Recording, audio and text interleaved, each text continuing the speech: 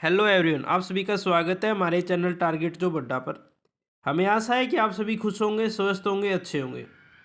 Haryana CET special 2025। आपको पता ही है कि हरियाणा सीईटी का एग्ज़ाम अब जल्द से जल्द होने वाला है। उसी एग्ज़ाम के लिए हमने हरियाणा जीके की सीरीज चलाई हुई है, हर टॉपिक को ट्रिक के साथ करवाने की। तो उसी टॉपिक के एक टॉपिक हरियाणा अनुसंधान संस्थान और पशुपालन हम लेकर आए हैं। ट्रिक के साथ करेंगे भाई। आपने पूरी वीडियो देखनी है ताकि आपको एक वीडियो में ही जो टॉपिक है वो क्लियर हो जाए, आपको बार बार बुक और फ़ोन उठाने की ज़रूरत ना पड़े। तो उस पीडीएफ पर चलने से पहले मैं आपको बता देना चाहता हूँ कि हमारा चैनल आपको हर रोज़ जॉब से रिलेटेड नई नई जानकारी प्रदान करता रहता है। कोई भी गवर्नमेंट जॉब आती है, को प्राइवेट जॉब आती है, को रिजल्ट आता है, आंसर की आती है, एडमिट कार्ड आता है, या कोई स्कीम आती है गवर्नमेंट या प्राइवेट, उसके बारे में सबसे पहले और सबसे सटीक जानकारी आपको हमारा चैनल प्रदान करता है। और हमारे चैनल पर जो प्रीवियस ईयर में एग्जाम हुए हैं उनमें जो क्वेश्चन आए हैं वो भी आपको हमारे चैनल पे करवाए जाते हैं, क्योंकि वे एग्जाम पॉइंट ऑफ व्यू से इंपॉर्टेंट होते हैं और आपके आने वाले एग्जाम में आ सकते हैं।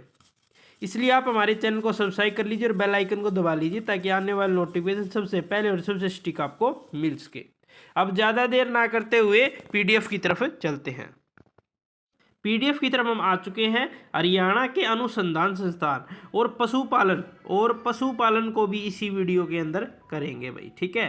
पशुपालन, एचएससी, सीटी, एस्टेट और ऑल कॉम्पिटिटिव हरियाणा के जो भी एग्जाम होंगे उसके लिए महत्वपूर्ण क्लास रहेगी, रामबाण क्लास भी कह सकते हैं इसको।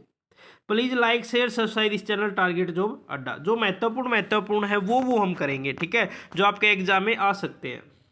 राष्ट्रीय डेयरी शोध अनुसंधान, राष्ट्रीय डेयरी अनुसंधान संस्थान कहाँ है? करनाल में है भाई। इसकी स्थापना 1955 में हुई थी।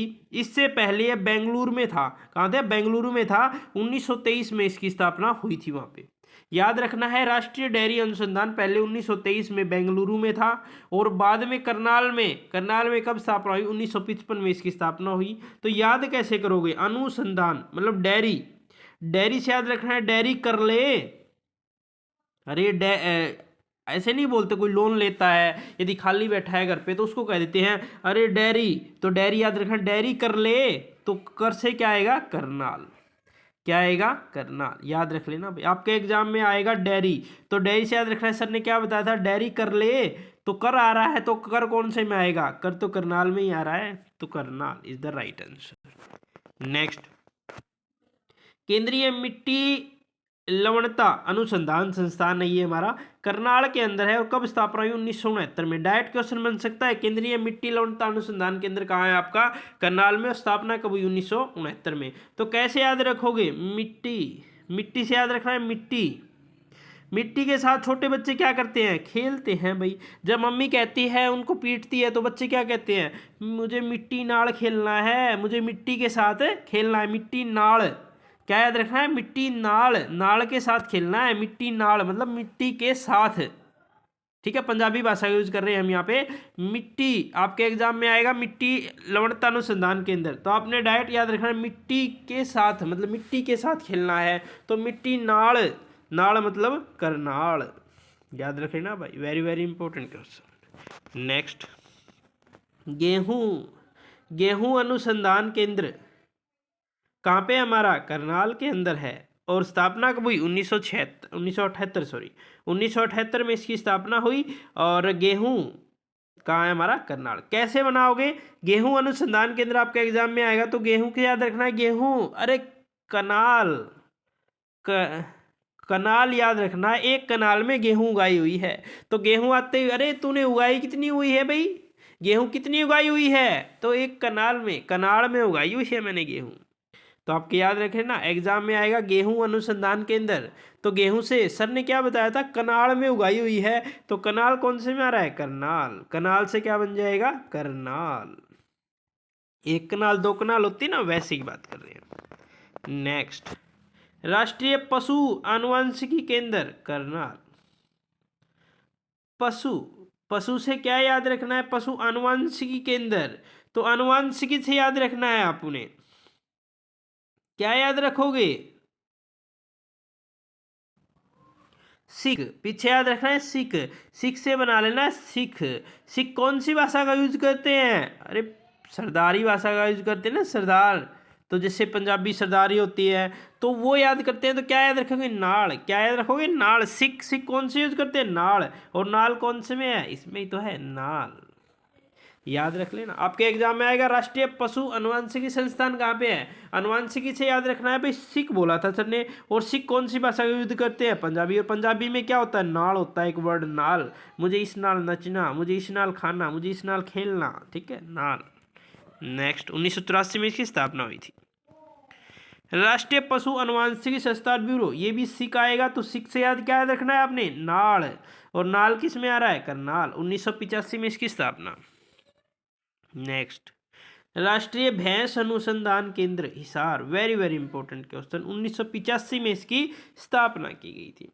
तो भैंस से याद रखना है, क्या याद रखना है, सार। पीछे आ रहा है सार, सार से बनाना है सारी, क्या बनाना है, सारी। तो भैंस, भैंस कहाँ है, सारी जगह है, मतलब सारी, सभी जगह हैं, सभी में मतलब सार। तो याद रखना है, आपके एग्जाम में आएगा केंद्रीय भैंस, तो याद रखना है सर ने क्या बताया था, भैंस, भैंस सारी जगह है, सारी मतलब सारी कौन से में आ रहा है, तो इसार में ही आ रहा है भाई, इसार, ठीक है भाई, राइट आंसर।